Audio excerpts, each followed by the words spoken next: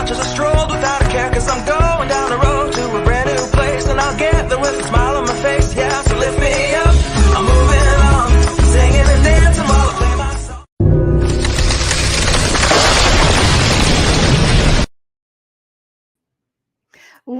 Welcome, your Backup Plan Tribe, to another awesome podcast brought to you by the Talking Taboo with Tina. My name is Tina again. If you are new here, welcome to our show. If you are a returning subscriber, thank you for taking the time out of your special day and enjoying our show with us. I am an emergency preparedness coach, a best-selling author of In the Blink of an Eye.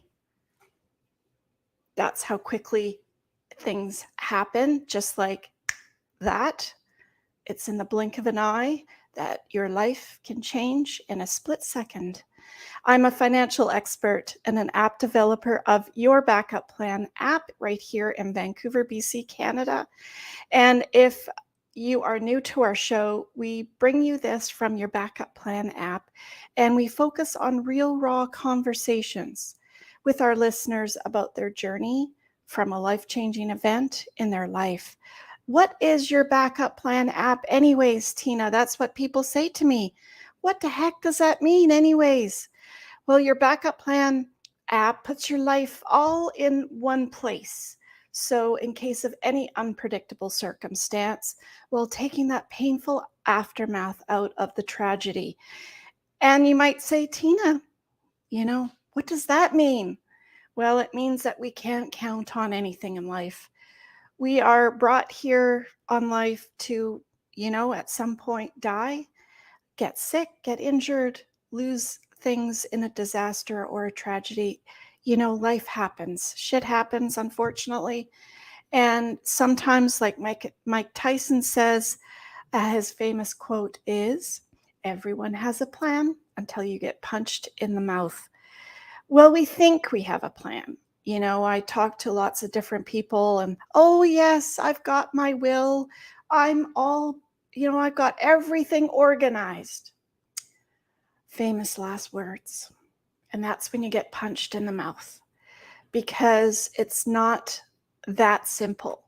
Life is very complicated now compared to what it used to be 40 years ago, 60 years ago, 100 years ago. It was simpler back then. It was easy. You had certain documents that were pertinent to your property or your personal family, and you rolled them up in a brown paper bag and you shoved them in the rafters and you told your family that's where the important documents are. What do we do now? We have everything everywhere. We have some in that drawer and that filing cabinet and that closet and that box. And then on top of that, we have stuff on digital assets. So truly, your spouse doesn't even know what you have. You might have Xbox credits. You might have reward points. You might have things that your family and friends have no clue when it comes time to figure things out. And so that's why we're here. We're here to help you guys get everything organized. We have a program coming out very soon that's launching called the Blueprint Program, where we're going to have a library of videos, interviews, worksheets and templates to print off so that you can easily print them off and have an appy night, coffee, tea, Bailey's, wine, whatever it is that you want to do for the night. Sit down with those documents, sit down with those family conversation worksheets and fill them out. It's a fun night.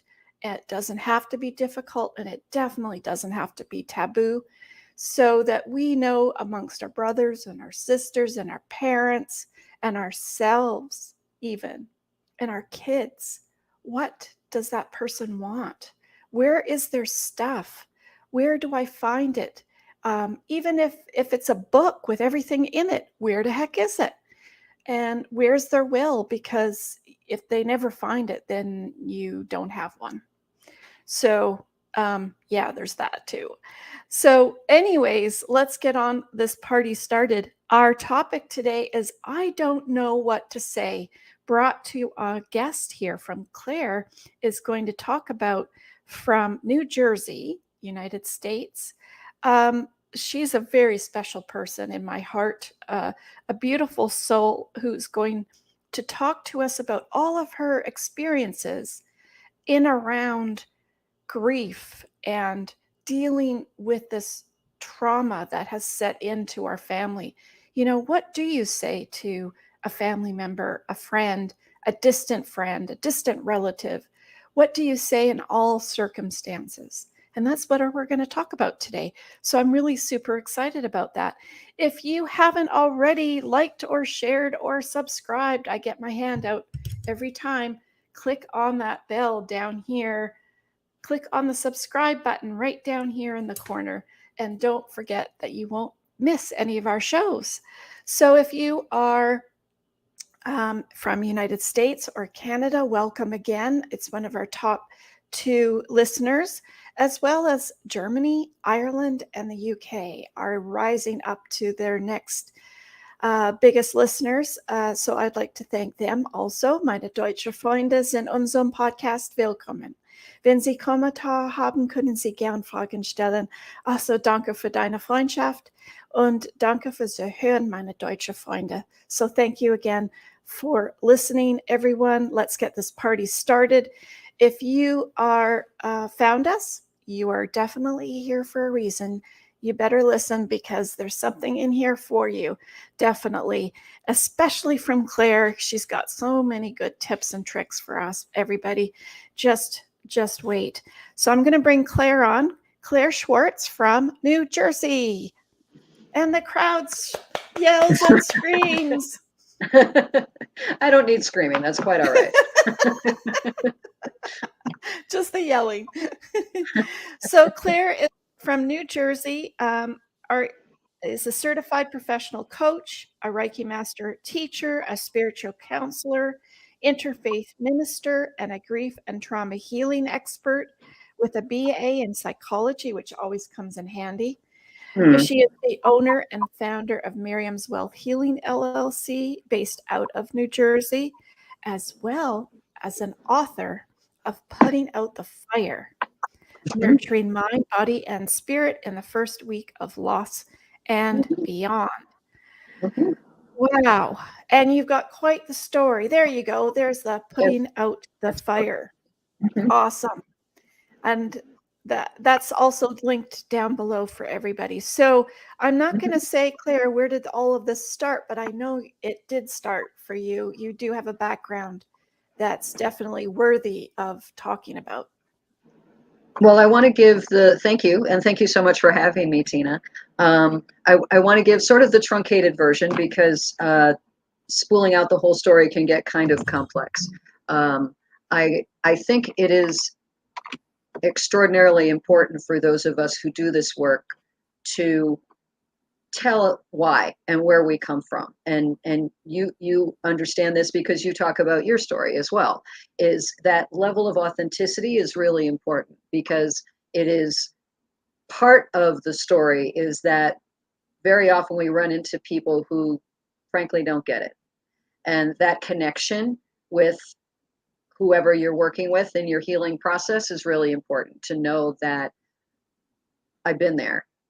I spent a lot of years in the other chair, right? Yeah. And so I call my history and my story the dark ugly. And there really was not a time in my life that wasn't that from the early, like the first half of my life. And part of your podcast is talking about taboo subjects. So I just sort of, I'll roll out the initial top 5, which is violence, abuse, neglect, rape, cancer, and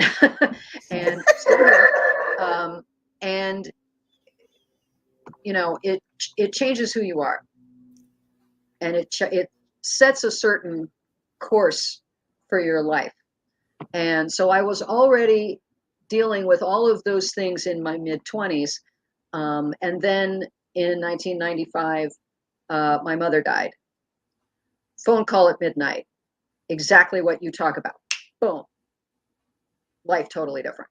There's it's a thick black line through my story, through my life story, where there's before that and after that, and nothing crosses over, right? So it's everything flipped on its head. And the irony is, losing my mother is what made me start the healing work and start learning and building who I am. And sometimes it's that the hardest thing in your life that makes you take a really hard look on the inside. So in the midst of all of that is an opportunity to learn and grow in a way that you weren't aware of before. So, but you don't see that. No, you don't see that. You go into this sort of numbness cocoon most of the time.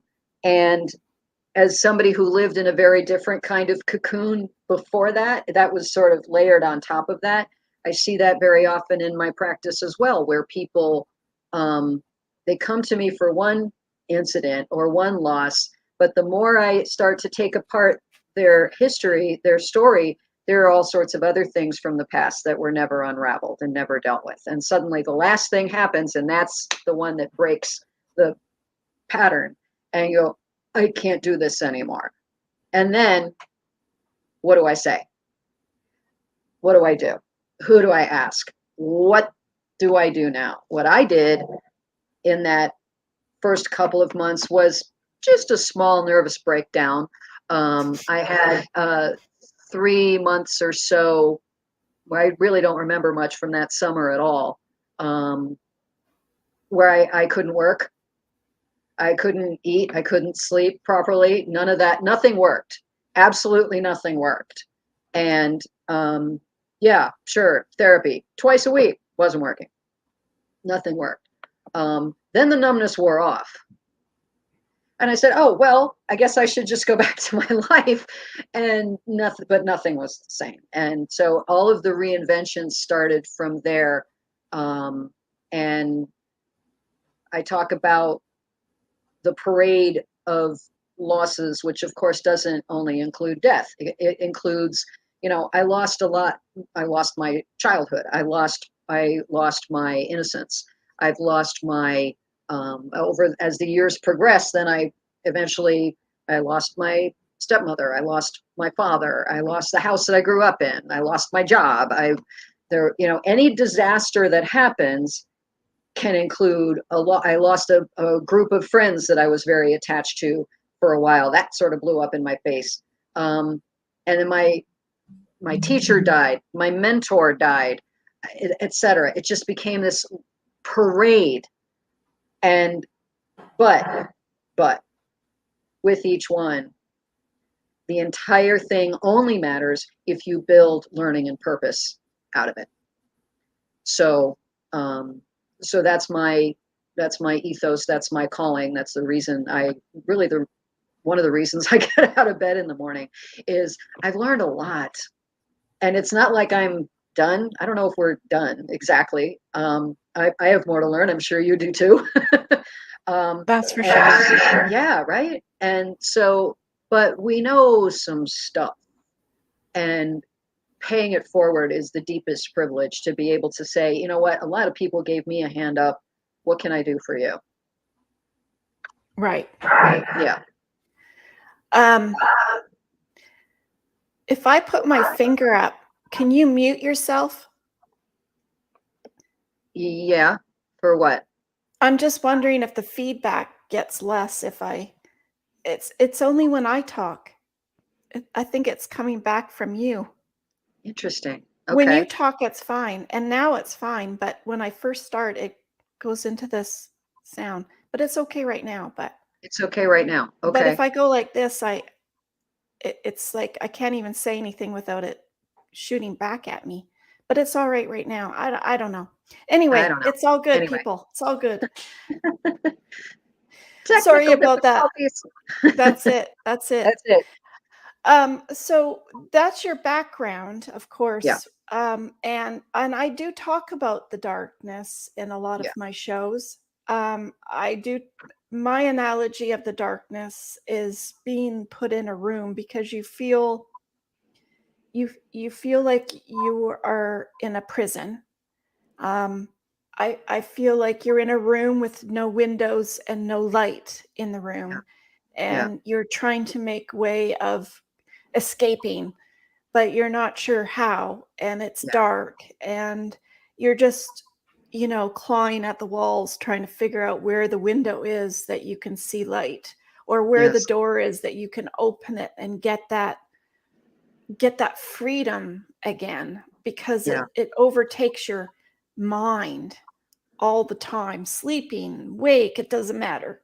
Yes. And Yeah. that's what I talk about. And then finally finding the handle, it's all stages, the handle, finding the handle, and then turning the handle, and then pulling the door slightly, and you see a bit of light, and you think, oh, finally. Yeah. That's my darkness analogy. I can quote a great Canadian, Leonard Cohen. There's a crack in everything. That's how the light gets in. Oh, So there you go. even as we get broken and we get to know our broken parts, that's also where the light comes in. And that's the is to focus on the light instead of the brokenness. Right. So it's one of my personal mantras is it's okay that something broke, because this will allow new ideas. You need new ideas to deal with it, because otherwise you can't use what you used before necessarily if it's not going to work, right? Because with each new thing, you need a new piece of how do I deal with this, right? So as we learn, it adds to our resilience toolbox. And if when I list out my quote unquote losses, and I stopped counting at 40. I don't mean 40 years old. I mean 40 losses. And because after that, it's kind of what's the point? But but it's not that things don't affect me anymore. There are still things that happen that will just wipe me out. But I'm familiar with that journey. I give myself permission to be a mess if I need to be. And I don't see it as a mess. I see it as I give myself permission to express, release, in whatever form that takes. And then, okay, which tool do I need? What do we do now? How do I take care of myself?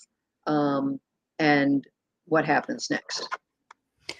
So, Claire, would you say in that comment that you allow yourself to be angry sometimes, to be Yes. sad, to Yes. cry it out, to You bet. just to feel whatever comes up, and Yes. then think of, okay, how do I deal with this now? Yeah, because it's actually a part of how your brain responds, is that those emotional pieces need a physical expression in some way. And whether that means you pound on a pillow or you get on the exercycle and you just go for a while, you need to curl up on the floor and sob your head off, do that. Try not to break your house. Don't go smash your car into something, but just express, don't destroy, right? I always talk about after mom died, one of the things that happens is your memory gets fluey, and I forgot how to drive. Absolutely had no idea. Not only did I not know what my hands and feet were supposed to do, but I forgot where everything was. And the other piece was I had to not listen to that part of my brain that wanted to drive my car into a tree, because that was the level of agitation that was and disruption that was going through. The ground did not feel solid beneath my feet. That night of the phone call, I was in physical shock. I should have been in the ER. Actually, I didn't realize that at the time, but No. I couldn't feel my arms and legs. And it's a very extreme situation. So you need to know how to take care of yourself in that process. But releasing that energy is a necessary part, right? Before you even get to the what do I say, is this has to go somewhere. And yeah, exactly. Oh, get it out, right? And so yeah, and I get people who on my calls who get emotional and then immediately apologize. I'm like, no, it's fine. And they try to stop it and they try to squelch it. I'm like, it's all right. You don't need to do that. It's not only all right, it's necessary. Do whatever you have to do. I'm not going anywhere. I got you. It's okay. It's okay. Even on a Zoom. That's all right. So I always tell people, bring your journal, bring your tissues. So yeah. So what I was going to say is, and I tell people, talk about this in most of the podcasts, how important your backup plan is beforehand because of that situation. I tell people all the time, when a tragedy hits in the blink of an eye, your brain disappears. It literally disappears. And you can't think. It's like your logic brain, it's gone. And I don't know what happens. There's obviously some scientific reasoning for it. And I know part of it is shock, but the more the days continue, it doesn't alleviate. Like it just becomes worse. Like even the littlest things of getting dressed, or like what Ukraine is going through right now. I mean, they forget to brush their teeth, wash their face, or even do their hair, or even eat, because you are in a shock mode of some sort. And so if you think you're going to be able to deal with all of these things in the spur of the moment at that time, you can't. You can't. Yes, absolutely. And this is, I talk about this all the time as well. And I've seen this manifest recently in my practice, where some things were done but not updated, and nobody knew what was what. And I'm watching this play out, as far as things that they thought they planned for that weren't planned well, and the amount of stress that it's causing. And not to mention, you cannot, if you're dealing with all of, and there's some of this is in my book also, is because that's why I talk about the first week of loss. Right. Is that there has to be, you're in this moment of shock. You can't think straight. You don't know if you're coming or going. And people say, what do you need? And you go, I don't know. And you literally don't know, because the one thing that you need is for this not to have happened. And nobody can do that for you. So, and oh, by the way, could you make 8,000 really important decisions right now? No, Blue, you just can't, you can't wrap your head around it. And so you can't answer questions. No. You can't, like, yeah, it when is you literally go to a funeral home, there's like 100 questions put in front of you. Yeah, brain-wise, what happens is actually a form of trauma, is that your brain is responding in a trauma response. So it's fight, flight, or freeze. What happens generally is just freeze. And the psyche does this to protect you, but the necessities of what happened after someone passes don't go away. And so, you know, for my mom, there was a will and some papers, but she and I never talked about it. And same with my father, there was a will, but he never told me what to do with the stuff in his house. He never told me what to do with his personal items.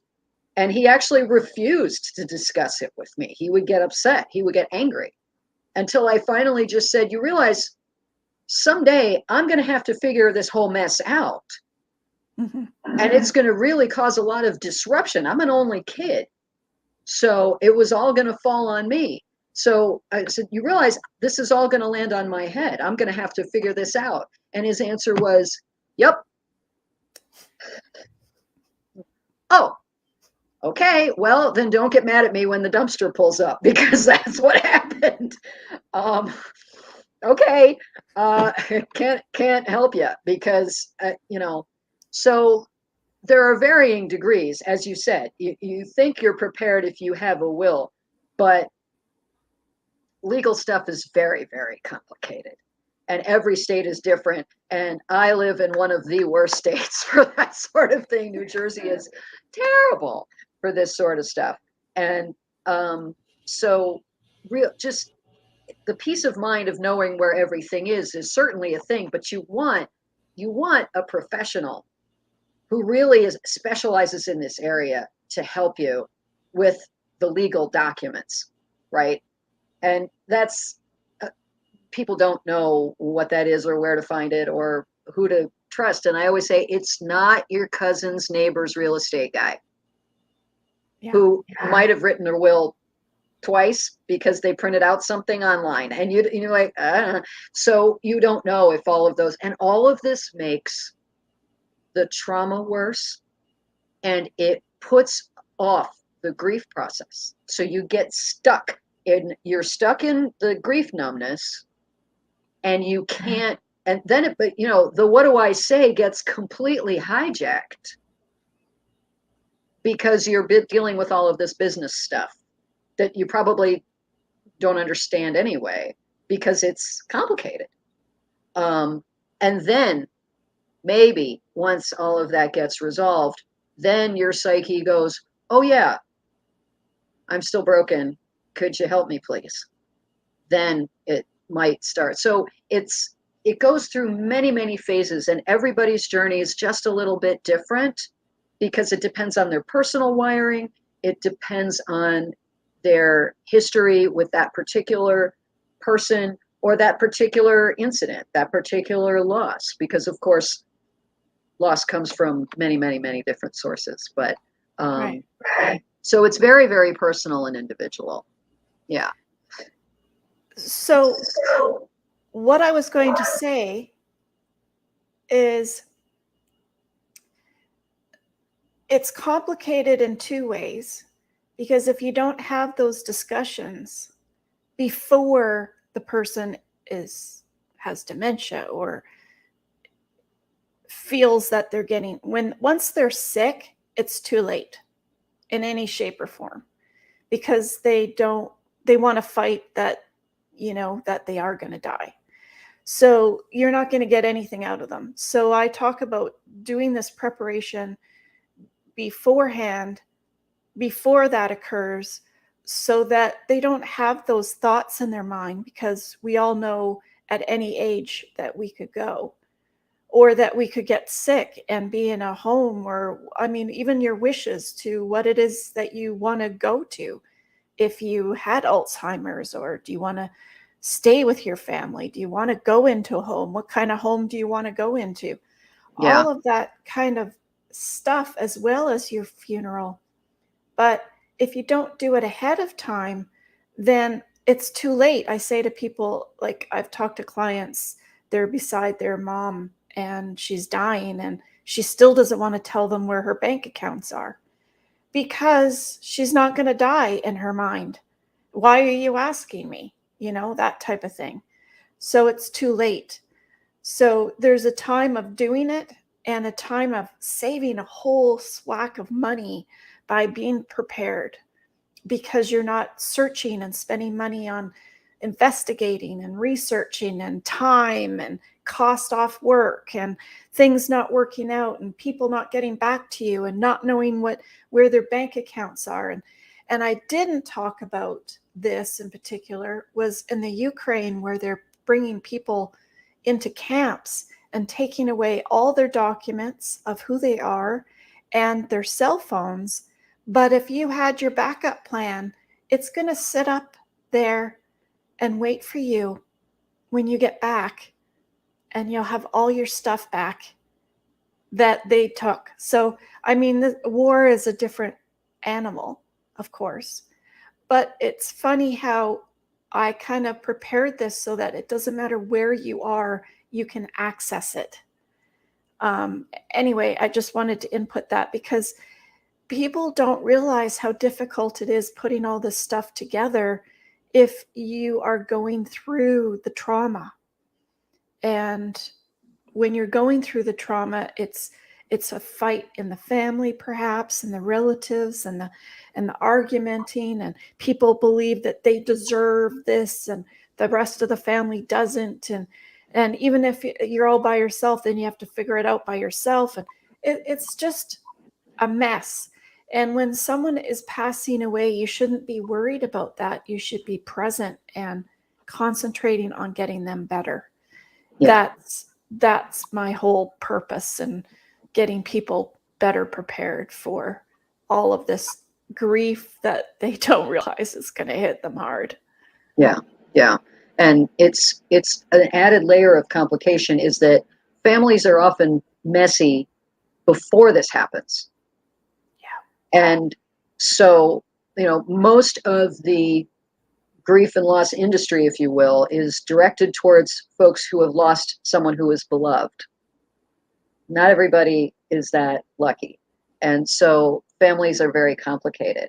And so we have to make room for the fact that sometimes none of this gets managed and it causes more problems than it solves. And then that's actually a workshop I'm teaching next week about how financial and estate planning has to be trauma informed, and all the ways that, as a professional, how do you deal with that? And as a consumer, how do you deal with that?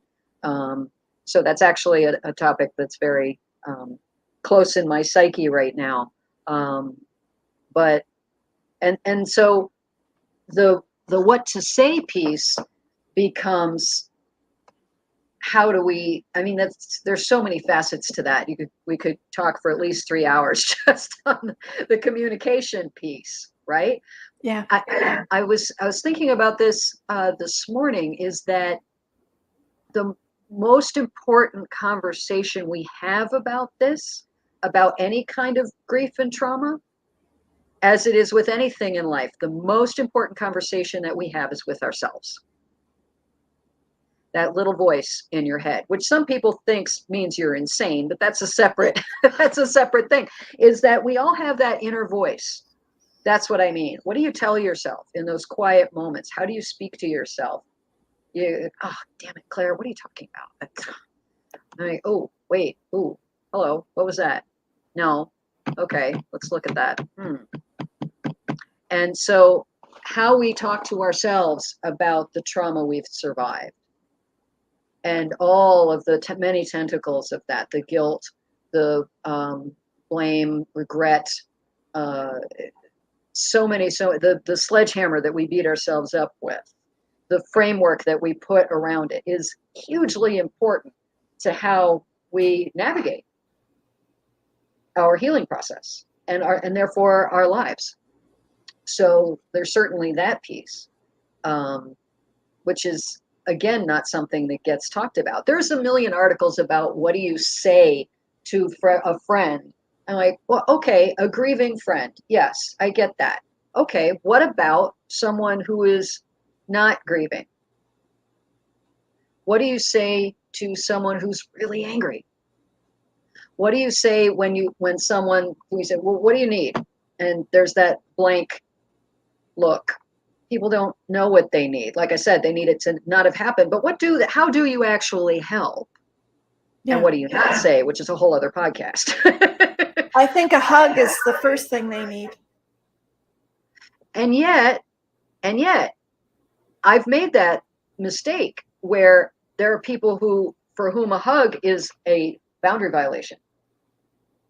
So my instinct is to do this, right? Is to reach out. But not everybody's wired that way either. And I've had people who go, oh, I don't hug.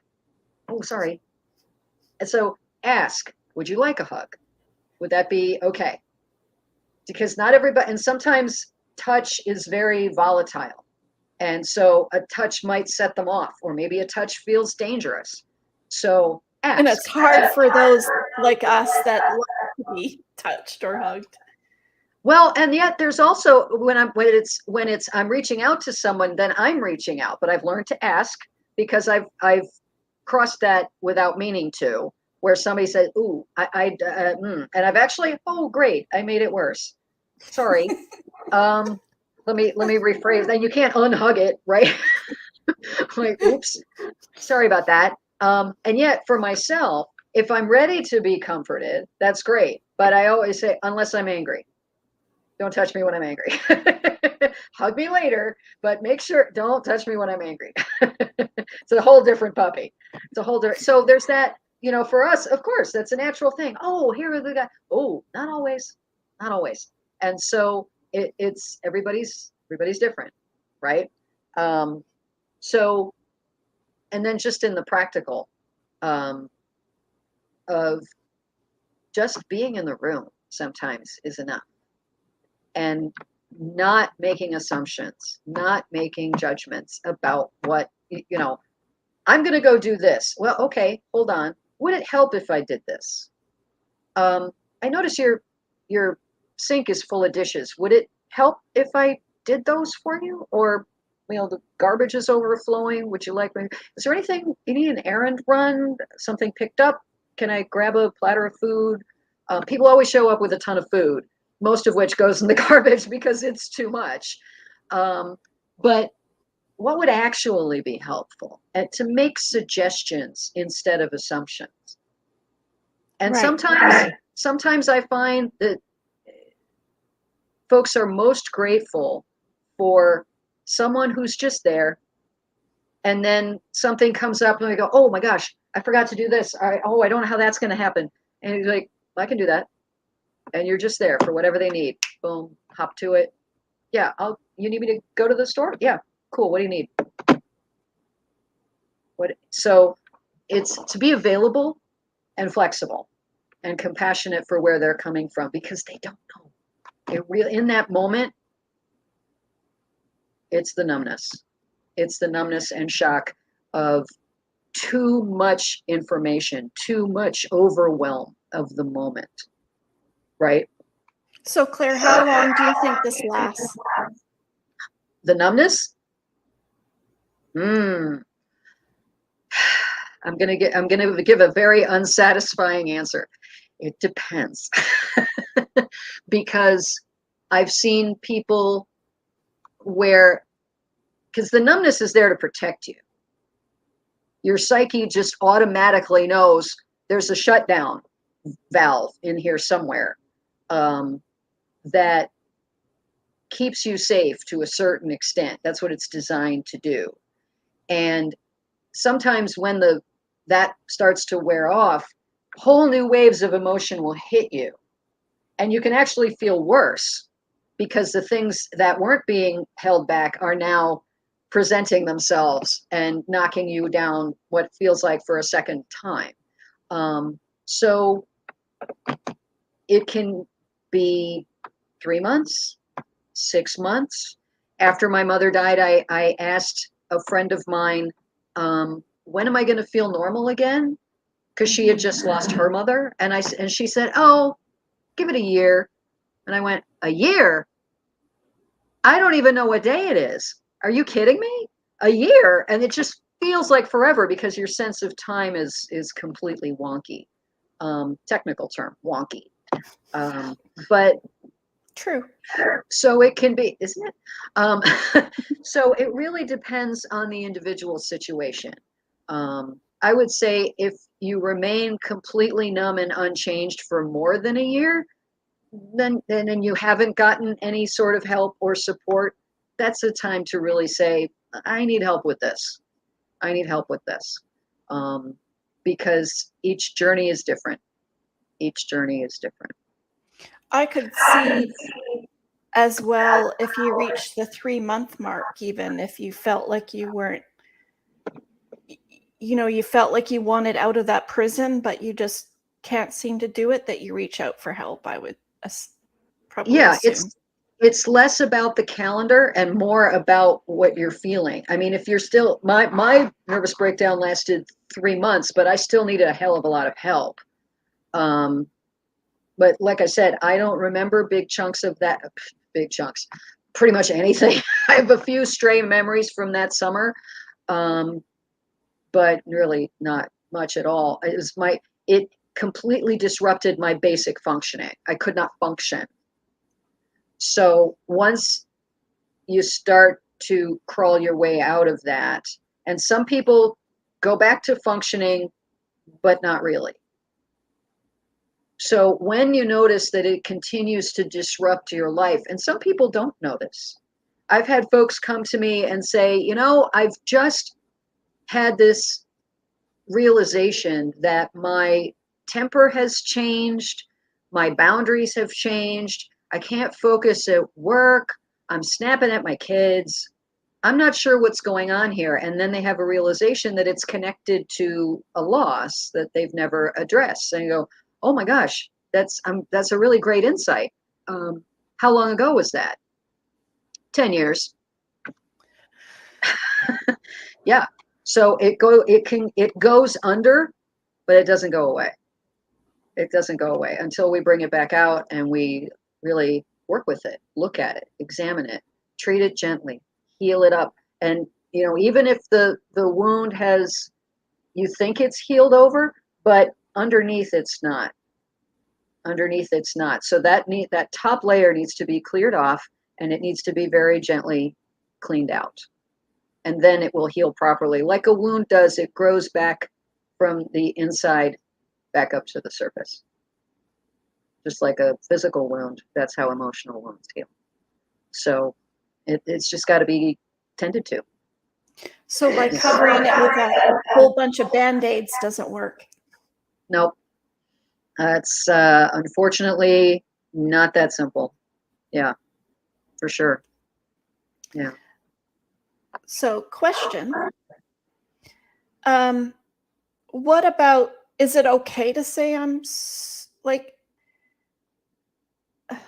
two questions, I guess I could say to you is the first question is, what do you say? Do you say you want to say, I'm sorry. I don't know what that means to the person that's dealing with the issue. When you say that, like, is there other ways of saying something better?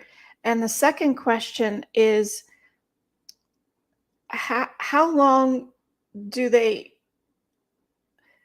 I guess you need a lot of help to put things together because you can't think in those moments, especially if you're trying to prepare the funeral and things like that, or if it's a tragedy where you have to do something with your mom, perhaps like she has to go in a home and get help, and now you're running around trying to figure out where you're going to put her and what's the best place. And I mean, what do you say in these cases? What's the right thing? I don't think there's, I'm so sorry is a nice, neutral, compassionate response. And then the rest of it, you know, every circumstance is different. Just to be mindful of not saying anything that is unnecessarily judgmental. So if you're talking about, you know, in those, it's again, make offerings, you know, have you eaten? Can I get you some lunch? Right? Because that's one of the self-care. It's the first chapter in my book. Self-care is the first thing that goes out the window. You know, so can I get you a bottle of water? Can I run an errand for you? Or can I just go with you to look at, say, if you've got someone that you're looking for a place for a nursing facility. Do you want me to come with you? Would that help? Would that help? Right? So offer and don't assume is one thing that I would say. Because I mean, obviously there's 1,000 different circumstances where something could be happening. But making sure that people feel heard, feel like they matter, and not to give them anything else that they have to slog through. Because that gets into the whole what not to say. Because there's this whole category, and I talk about this in the book, it's a whole category of people who say things that they mean well, but comes out sideways. And you go, oh, did you just say that to me? Did I hear that properly? Wow. Okay. No. Also wrong. And again, no. And so now you've got that memory stuck as well, because everything around these big life events is heightened. So you want to be aware of, don't add to the story of then, oh God, then what did she say? Oh boy. So we've all got some of those. I deal with that all the time, is that people think they're saying something that is helpful and then not. And then not. And I guess there's a whole list of those. There's literally dozens of them. I guess the best thing to not do is ask a question, because the person who can't think doesn't want any more questions thrown at them because you can't think. It really matters what kind of question and how you're phrasing it. Blank questions like, what do you need? Blank, right? So being specific, lunch, errand, help, you want me to go, company. Sometimes people want a break too. That's another thing. If this is an ongoing saga, you want to just get a cup of coffee, and I don't have to say anything. If you want to just talk, cool. If you want to talk about anything but what's going on, also cool, because sometimes it's what's on your head every waking moment, dawn until dusk. You want to talk about something else. Talk about The Bachelor. Go talk about something that doesn't have real life consequences, something that is just a brain break. Let me talk about anything else other than this massive thing that just fell on my head. So some people want to talk about it. Some people don't want to talk about it. So it's a craft to figure out what might each person need. But I think because they can't think for themselves, is to make a suggestion without making a demand. Not, I'm going to do this, or how about we do this? What do you think? Is that okay? You have another idea? Because sometimes that'll spark something. But not as very often we get taught to ask an open-ended question. No, not in this situation. Because there's no room in the file cabinet. Matter of fact, the file cabinet is closed. Can't get in, can't get out. So it has to be limited to the things that have to be handled in the moment, like the funeral arrangements, or transportation. But again, have you eaten? You want me to run out and get you a sandwich, or is there something in the fridge you would like, or cup of tea? Whatever it can be, make an offering. So those are the types of questions that are helpful, as opposed to, oh my God, what happened? And make somebody relive the story, which they've probably already done 8,000 times and really aren't interested in doing anymore. Right? Yeah. May I ask what happened? Or ask you want to be careful asking somebody else, because they may not have all the information. But how are you doing? Right? You look exhausted. Have you slept okay? You see the difference? There's a big difference. Yeah. I know you see the difference. And what about the friend who, I know you need some time to, go to bed, maybe in the daytime, and lie down. Nap. And just take lots of it, because it seems to drain your brain so much energy and you get so tired. Yes. But yes. For somebody else, they might be thinking, oh, she must be depressed. What's wrong with her? Don't go to bed. Let's go out somewhere. I'll take you for a coffee. No, I just need to deal with this on my own time. Yeah. So don't make any constraints or assumptions. Demands. Yeah. Yeah. But I'm going to do this. right? It's, how about you lie down for a while? What do you think? Because you look pretty fried, right? Gentle. Gentle. Yeah. Yeah. Gentle is always a good choice. And if they're still doing that in 6 months, oh well, they're still doing that. Yeah. I You guess mean everybody has their button that they need to press to when they want to come out of prison. I mean, you can't put a time on it. you can't put a time on when that numbness wears off. If that's, is that what you mean? Mm-hmm. Yeah. Yeah. When There's you no way. feel like you want out of this prison Yeah. of being stuck. Well, and that's a really important piece that I focus on a lot, which is demystifying and destigmatizing the healing process. Okay, you get to that point of, I can't do this anymore. I don't know what to do with all these emotions. I don't do this. Yeah, healing stuff. Okay, fine. Maybe I'll go to a group in the, YMCA and, share my grief, which is good. Shared emotions are the burden is lessened, and it's important to be with people who have a shared experience. So I don't want to discount that, but that's different than an actual personal healing process, right? So very often people do a whole combination of things, and you may need more than one counselor, and you may need a doctor, and you may need your spiritual advisor, and you may need to make some health changes. So it's a multi-pronged approach. So what I try to teach folks is, okay, you've reached that point. What happens now? What needs to be in place within myself to get the healing process going? And how do I set that process up on the outside? What kind of situation actually accomplishes the healing that I'm seeking? What will actually make things better? Mm-hmm. Yeah. Because how would you know that?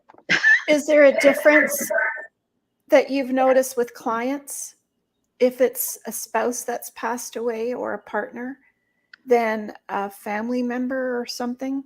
Is there a difference of coping? It depends on the relationship, depends on the history. Certainly I've had a client fairly recently who lost their partner of over 30 years. And it was a massive, massive challenge. It is a huge life change. And if you've spent more time in life with them than without them, it's huge. It's huge. So those really, really close losses, spouse, child, certainly. And when I say child, I don't mean only a little one. I mean any progeny of yours, any offspring is that as well. Siblings can be also, but it doesn't mean grandparents, aunts, uncles, cousins. You can be very close to them too. And you can also, it's not only about your family of blood, it's also your family of choice, because not all of us are lucky enough to have a family of blood that we're close to. So the family that you choose, that loss can hit you just as hard. And then that's almost impossible to explain to your boss, because your contract only says an immediate family member. Well, if it's somebody who is like a parent or a sibling to you, they're going to go, that's nice, get back to work. So that gets into how the employment world views grief and loss recovery, which is a whole other podcast, but of course it's all related. But yeah, I mean, if it's your spouse, that can be massive, of course. Life Yeah. changing. Yeah. And the loss of a child, I mean, your offspring, is, yeah, it's life changing. It's life changing. Loss changes you. It's the last line of my book. Loss changes you. And I would add, trauma changes you. Yeah. And that's okay. That's okay. Life changes us. And it is very often not of our choosing when something happens. How we heal and recover and learn and grow from that is entirely of our choosing. And I insist on opening up possibilities for people to step through that, because it is not the end of your story. It's just the beginning of a new chapter. It's just a little picket fence that's around you in your prison at the moment. It's not made of steel, and Yeah. it's not concrete walls. It's just a little picket fence that you're stuck in for a little while, and then you can finally see the section you can get out. Yeah. Yeah. Exactly. Tina's story time analogies. That's okay. That's okay. What would you know, I hate to end this because there's so much more to talk about, and we'll have Claire come back on and we'll talk about, you know, a different angle, because there's so much to talk about. It's endless. Yeah. Endless, really. It is. Even I could talk about it for a long time too, just with the few experiences that I've had. And Claire has had so many more experiences than I have. But what would you have for your last, for your listeners to say? You know, what kind of things would you leave them with today? You have more choices than you think. You have more options. You have more tools. You are not stuck with what's happened to you, and there is a way through to a place where you can do that and settle back into your skin and into yourself. Sometimes we have to rediscover who that is and reshape who that is. And no matter what has interrupted your life story, whether it's a loss, an accident, a suicide, a war, it is not the end of your story. If you are above ground, you have options. And you can create new chapters. It is doable. It's not easy. I don't know what that means. What's the point? If it were easy, everybody would do it, right? And it wouldn't be a taboo subject. But there are layers and layers and layers of taboo subjects. So what I would say is, don't live in the taboo. Speak, ask for help, keep asking questions, and you do not have to live in your brokenness. It is not what, you don't have to be stuck with it. And I've seen that dozens of times in my own story, but in the stories of my clients, who are some of the most courageous people that I know, where they have been through things that can be truly shocking, and they insist on their healing. And it is a privilege to watch what they are capable of. That's really beautiful. Thank you, Claire. I was just thinking about, you know, the tremendous amount of losses that we have in the Ukraine right now, and what that must feel like for people. They don't even know where they are, or, you know, or if they are lying on the street. Compared to us, who has a so-called normal lifestyle, and someone does pass away, I guess what I'm trying to say is there's probably always a worse story than yours, I guess. Yeah, and what I would say is, obviously there's no story like war. But it's also not a contest, right? My grief is worse than your grief because I've lost a child and you've only lost a sibling. It's how devastating is it in your world? Because some people will get wiped out for something that for someone else is not as big a deal. It's so personal.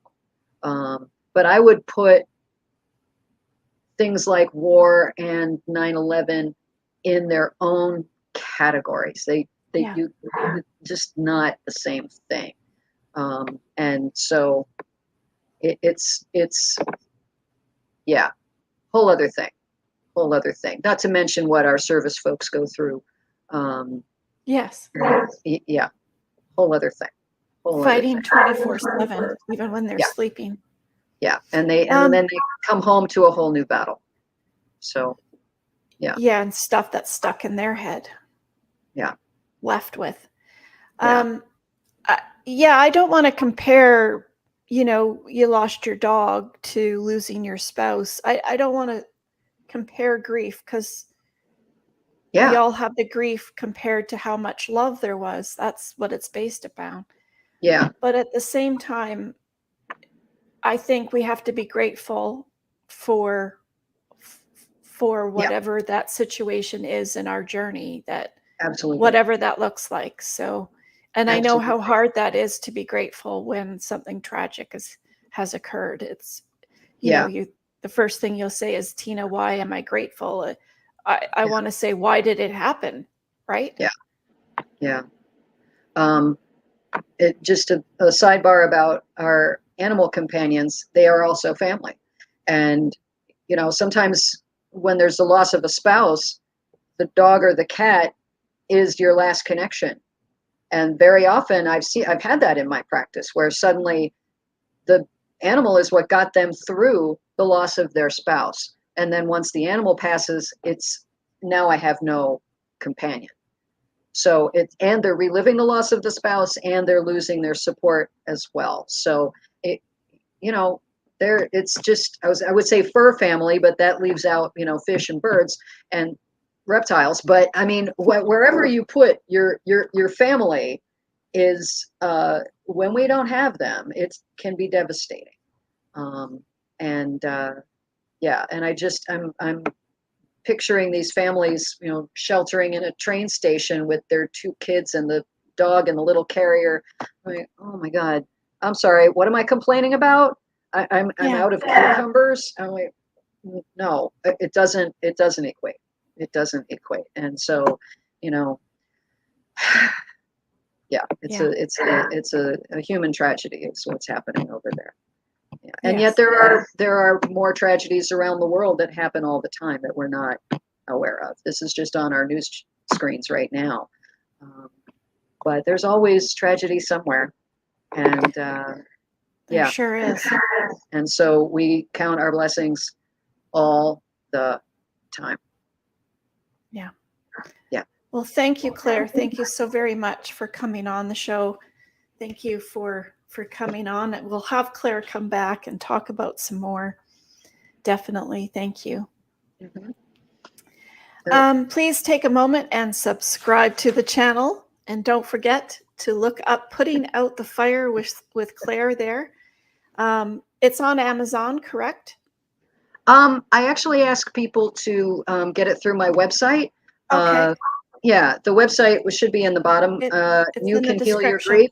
Yeah, You Can Heal Your Grief is where .com, where people can find me.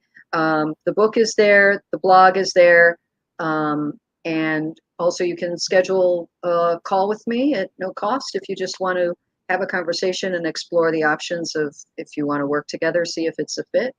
And I also have a online 6-month program that I can work with virtually anybody through the power of technology. It's a 6-month program that I call Fearless Grieving to Fearless Living. And it's very intensive work with me, and you can get a heck of a lot of healing done in a short period of time. So when you're ready to say, I've got to get this figured out, we can talk about Fearless Grieving to Fearless Living. Oh, that's awesome. That's awesome. And all the stuff is down in the description box below. So, find it there. And if you're like my sister who says, what is the description box, Tina? Click on that little arrow just below the screen and you'll see it come up with all the stuff there, the links that you need to look at. Please take a moment and subscribe to our channel, which is just down here in the link below. And if you are thinking about someone right now watching the show with Claire and I, and you love them and care about them so very much, reach out to them today. Pick up the phone, text them, FaceTime them, Zoom them, whatever it is. Go visit them and tell them how much you love and care about them today, because you don't know what tomorrow might bring. And stay tuned for our podcast and our live streams. I have conversations with some of the most interesting and accomplished people in the world, like Claire, who gives us so many tips and tricks, and we're going to have her come back on. I hope we've inspired you and motivated you to start thinking about your unique plan and how important it is to have family conversations around discussions about things like that. It's not taboo. Talk about it. Talk about it. And thank you again to all our listeners. And we are on all podcast platforms, YouTube, Instagram, Facebook, LinkedIn, Twitter, and TikTok. And we also have a Facebook community page where you can go on and talk to each other, going through similar instances of issues, and get some great friendships going on there as well. I always end with Carol Burnett, because I know Claire knows who Carol Burnett is. I'm so glad we had this time together just to have a laugh or sing a song. Seems we just get started, and before you know it, comes the time we have to say so long. So long, my friends. Please be kind, stay safe, and thank you for choosing your backup plan. And thank you, Claire, for coming on the show. Thank you, thank you, thank you. And thank you to all of you. Be safe. Till next time.